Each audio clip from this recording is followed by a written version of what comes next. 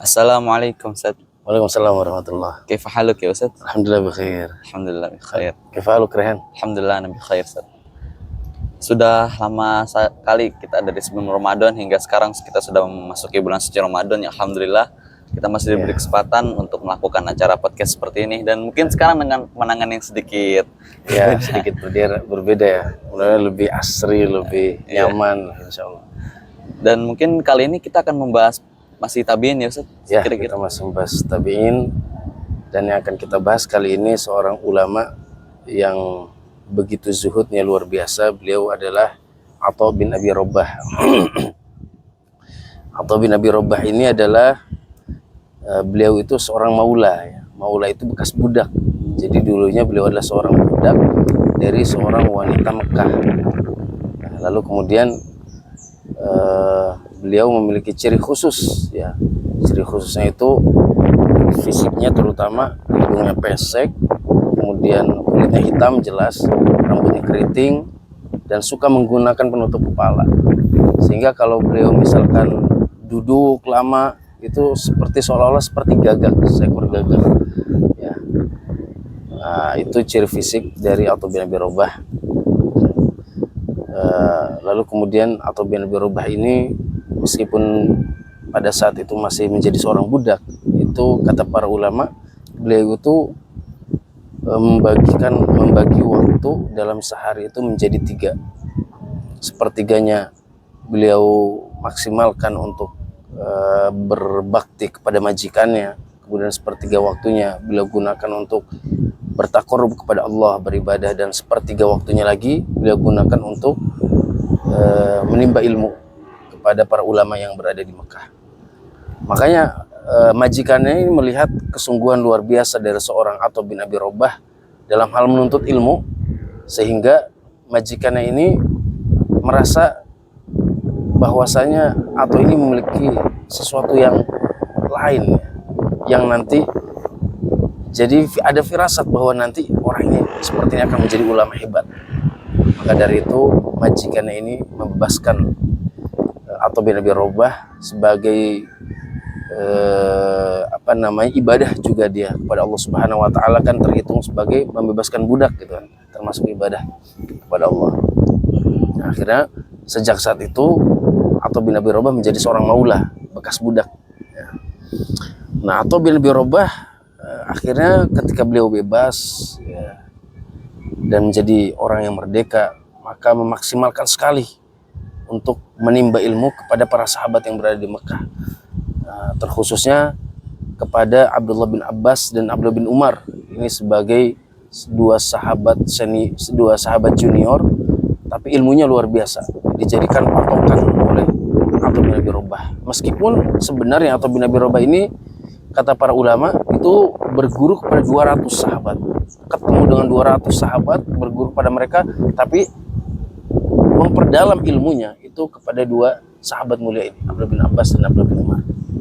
Sampai Abdullah bin Abbas dan Abdullah bin Umar itu ketika didatangi oleh orang-orang untuk bertanya tentang ilmu, tentang suatu permasalahan, Abdullah bin Abbas dan Abdullah bin Umar itu mengatakan demikian, kenapa kalian bertanya kepadaku perihal masalah ini, padahal kalian memiliki seorang ulama luar biasa, yaitu Atha bin Abi Rabbah. Insyaallah.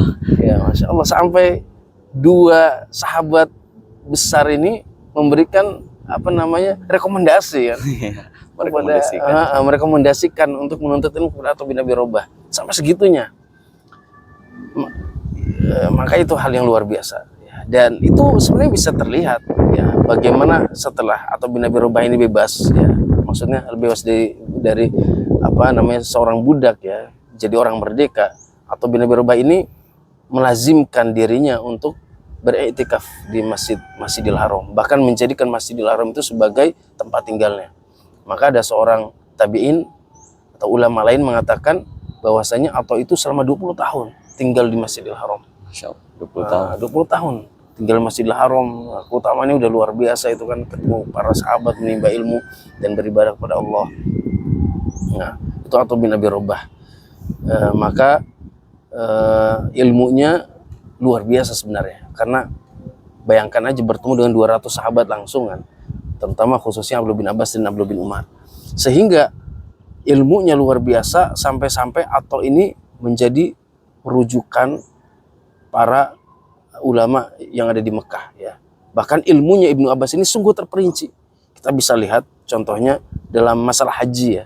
Dalam masalah haji itu ilmunya Ibnu Abbas, ilmunya Atta bin Abi Rabah ini terperinci sekali. Pada suatu hari ada seorang ulama namanya Imam Abu Hanifah, salah satu imam mazhab. Jadi Imam Abu Hanifah itu nggak ketemu Atta, ya, tapi sama-sama tabi'in, atau Abu Hanifah ini tabi'in junior, ya. Kalau Atta kan tabi'in senior. Nah, walau alam ketemu atau tidak.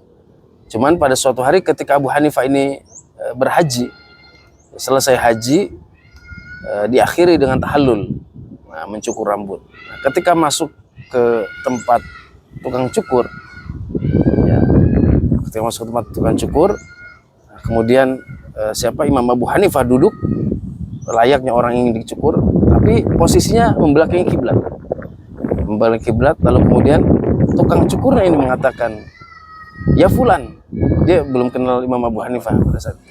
Oh, ya Fulan, kenapa engkau membelakangi kiblat? Seharusnya menghadap kiblat. Akhirnya beliau menghadap kiblat Imam Abu Hanifah. Lalu kemudian ketika posisi kepala ingin dicukur, menghadap ke sebelah kiri dulu. Ya, kemudian kata tukang cukur ini, ya Fulan, kenapa menghadap sebelah kiri? Harusnya sebelah kanan terlebih dahulu, sunnah, sebelah kanan. Wah, karena sebelah kanan, ya, baru sebelah kiri. Terus ketika sedang dicukur, Imam Abu Hanifah diem, tidak mengucapkan hal-hal, tidak mengucapkan perkataan tertentu kan. Kemudian tukang cukurnya menegur kembali, ya Fulan, kenapa diam? Kenapa tidak berzikir kepada Allah? Engkau kan baru selesai haji, seharusnya bertalbiyah, ayo bertalbiyah. Tidak bertalbiyah, labbaik Allahumma labbaik. Kemudian setelah selesai cukur, mau pergi ngasih uang kepada ini, nggak mau dibayar. Tukang cukurnya nggak mau dibayar. Terus pergi. Ketika baru mau keluar warung tempat cukurnya, ditegur lagi, ya Fulan mau kemana? Udah selesai, saya mau pulang. Sholat dulu 2 rakaat. Sholat dulu 2 rakaat. Akhirnya setelah selesai sholat, Imam Abu Hanifah penasaran. Ini tukang cukur itu ilmunya luar biasa. Wahai Fulan, kata Imam Abu Hanifah, dari mana kau mendapatkan amalia-amalia seperti ini? Ya, amalia-amalia seperti ini dapat dari mana? Ya, kemudian dijawab, seperti inilah kami melihat Atta bin Abi Rabah ketika beliau setiap kali menunaikan ibadah haji.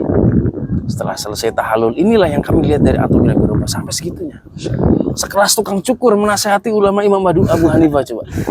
Ya, sekelas tukang cukur luar biasa. Jadi di zaman Imam Atta bin Abi Rabah, tukang cukur di Mekah itu alim-alim semua itu. Orang alim semua. Ya. Jadi Imam Abu Hanifah itu melihat dalam suatu permasalahan, jika kita bisa mendapatkan keutamaan dari sebuah amaliyah yang sandarannya ada dari Rasulullah tapi sifatnya umum, kenapa kita nggak amalkan di setiap amalan gitu loh?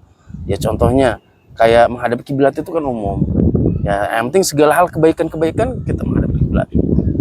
Mendahulukan yang kanan. Segala hal kebaikan-kebaikan kita dahulukan yang kanan. Berzikir dimanapun kita berada, kita berzikir. Lalu kemudian sholat 2 rakaat umum sebagai tanda rasa syukur kita kepada Allah kan. Nah itu juga umum. Nah itu yang dilakukan oleh Atta bin Abi Rabah, menasehati orang-orang yang berada di Mekah, dan itu yang diamalkan oleh penduduk Mekah pada saat itu. Ilmunya Atta bin Abi Rabah saking luar biasanya ya, sampai pada suatu hari seorang khalifah yang bernama Abdul Malik bin Marwan. Ya, jadi siapa namanya, Atta bin Abi Rabah itu ketemu 3 khalifah, bapaknya dan anak-anaknya. Ya, pertama beliau pernah bertemu dengan Abdul Malik bin Marwan. Ketika itu Abdul Malik bin Marwan sedang menunaikan ibadah haji. Ya, sama Atta bin Abi Rabah juga sedang menunaikan ibadah haji. Nah, Atta bin Abi Rabah itu selama hidupnya 70 kali beliau berhaji, 70 kali berwukuf, 70 kali tahallul. Banyak sekali. Ya, jadi setahun sekali lah. Ya. Nah, ketika Atta ini melihat ada rombongan khalifah Abdul Malik bin Marwan pada saat itu, dan kemudian mendirikan kemah kekhalifahan, ya mereka otomatis terlihat mencolok lah, bagaimana kemah yang begitu mewah, ya kemudian dilindungi oleh para penjaga-penjaga dan pengawal, duduk di atas karpet kasur yang begitu mewahnya lah. Duduk di atas itu, dia kemudian didatangi oleh siapa namanya? Atha bin Abi Rabah. Ketika datang Atha, Abdul Malik bin Marwan yang tadinya berada di atas kasur yang begitu mewah turun dari kasurnya. Nah, turun dari kasur, lalu kemudian bertanya, "Wahai Abu Muhammad, ada perlu apa engkau kesini? Ada hal yang ingin aku sampaikan, wahai Khalifah. Silahkan, apa yang ingin kau katakan?" Kemudian dijawab sama siapa? Atha bin Abi Rabah, "Wahai Khalifah, bertakwalah Anda kepada Allah atas segala apa yang dilarang oleh Allah dan Rasulnya, dan jadikanlah kepemimpinan ini, jalankanlah kepemimpinan ini dengan bijaksana." Jadi menegur siapa? Abdul Malik bin Marwan sebagai seorang khalifah. Ya. Kemudian nasihat berikutnya, "Wahai khalifah, bertakwalah kepada Allah Subhanahu wa taala atas Muhajirin dan Ansor, para sahabat-sahabat Rasul Muhajirin dan Ansor. Penuhilah hak-hak mereka." Baik, insya Allah akan aku penuhi. Bertakwalah, nasihat berikutnya, bertakwalah wahai khalifah kepada Allah Subhanahu wa taala atas orang-orang yang kau kirimkan untuk berjihad dan menjaga perbatasan kaum muslimin, karena berkat mereka lah kita merasakan keamanan pada saat ini. Mereka adalah perisai dan benteng kaum muslimin, maka berikanlah hak-hak mereka. Baik, insya Allah akan aku berikan. Kemudian berikutnya, aku tegaskan sekali lagi wahai khalifah tentang Muhajirin dan Ansor, karena berkat mereka lah kau memiliki singgasana pada hari ini. Insya Allah akan aku turunkan. Berikutnya, wahai khalifah, bertakwalah kepada Allah Subhanahu wa taala terhadap ahlu dhimmah, orang kafir yang berada di bawah kekuasaan kaum muslimin. Penuhi hak-hak mereka, jangan kau tindas. Baiklah, insya Allah akan aku tunaikan semuanya. Habis itu selesai. Kemudian Khalifah Abdul Malik bertanya, "Wahai Abu Muhammad, lantas apa hajatmu, apa keinginanmu?" "Aku tidak membutuhkan sesuatu dari makhluk. Aku hanya membutuhkan sesuatu kepada Sang Khalik." Masya Allah. Nah, akhirnya beliau pergi. Nasihatnya dalam. Nah, kemudian ketika Abdul Malik bin Marwan wafat, beliau juga bertemu dengan anaknya. Nah, kekhalifahan kemudian diambil alih oleh anaknya namanya Sulaiman bin Abdul Malik. Sulaiman bin Abdul Malik menjadi khalifah. Nah, pada suatu hari, kalau tadi kasusnya kan Atha bin Abi Rabah yang mendatangi siapa? Abdul Malik bin Marwan, sama-sama dalam haji posisinya kan. Nah, kalau ini berbeda. Atha sedang dua-duanya berhaji juga, Sulaiman dengan Atha, akan tapi Sulaiman bin Abdul Malik yang menghampiri Atha bin Abi Rabah. Karena ketika itu Atha bin Abi Rabah sedang bermajelis dan banyak sekali orang-orang ngantri ingin bertanya suatu permasalahan kepada Atha. Di situ Sulaiman nggak mau menyia-nyiakan kesempatan, mumpung lagi berada di Mekah, karena kan Bani Umayyah itu kan singgasananya di mana? Damaskus, ya. Kekuasaan mereka ibu kotanya di Damaskus. Maka Sulaiman ini mendatangi Atha bin Abi Rabah yang sedang dikerumuni orang-orang. Nah, kemudian kata pengawalnya kepada Sulaiman, "Wahai khalifah, perlukah kita bersihkan jalan untuk engkau supaya engkau bisa mudah menghadap kepada Atha bin Abi Rabah?" Kata Sulaiman bin Abdul Malik, "Jangan. Ini adalah Baitullah, tempat semua orang-orang melakukan ibadah kepada Allah Subhanahu wa taala. Di sini tidak ada beda antara orang kaya dan orang miskin. Antara khalifah dengan rakyat jelata tidak ada bedanya.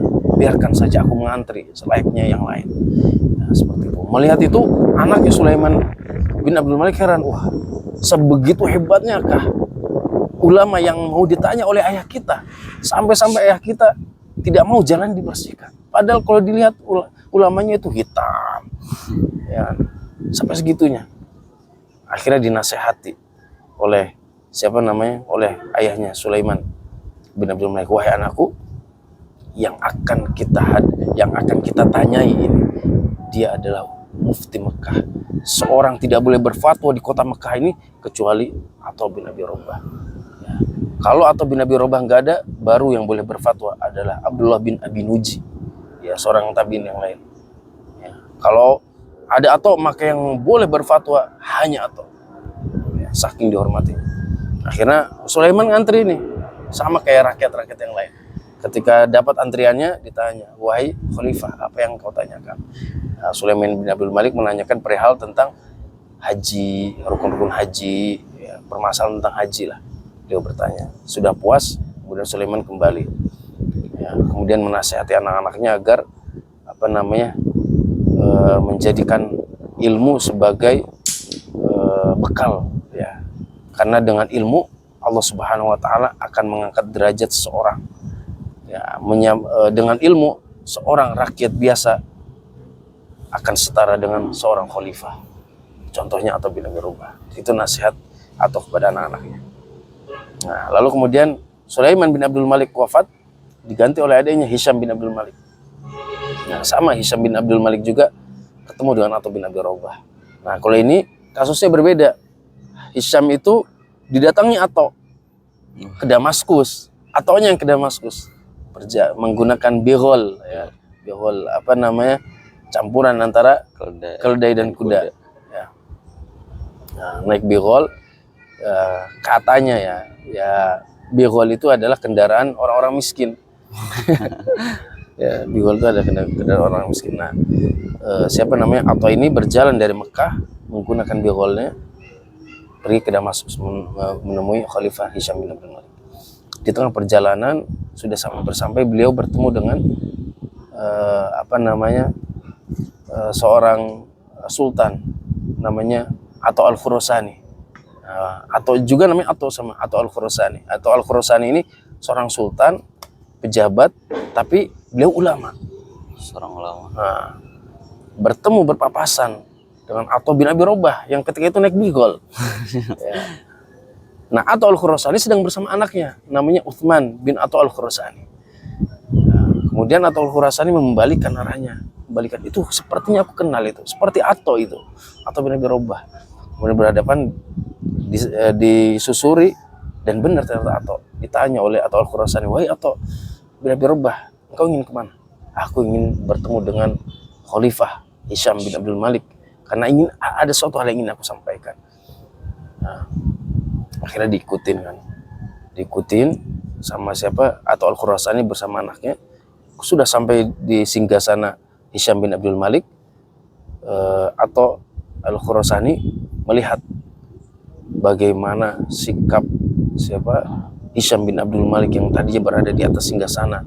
Kemudian kedatangan Atha bin Abi Rabah dengan segala pakaian yang begitu sederhananya, berjalan di tengah-tengah semua singgasana kemewahan milik Hisham bin Abdul Malik.